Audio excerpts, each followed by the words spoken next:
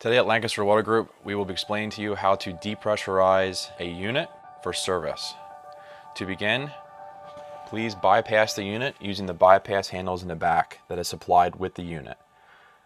To do that, turn both arrows to where they're pointing inwards towards each other.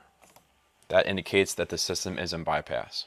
To depressurize, go ahead and please press and hold the regen button and continue to hold until the system starts into a regeneration mode.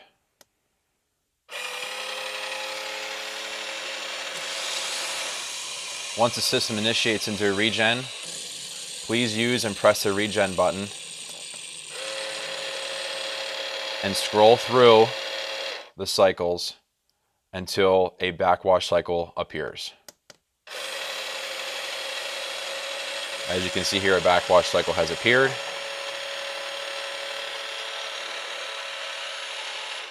Once the unit is in backwash, the system is now depressurized and can be serviced. That is all. Thank you.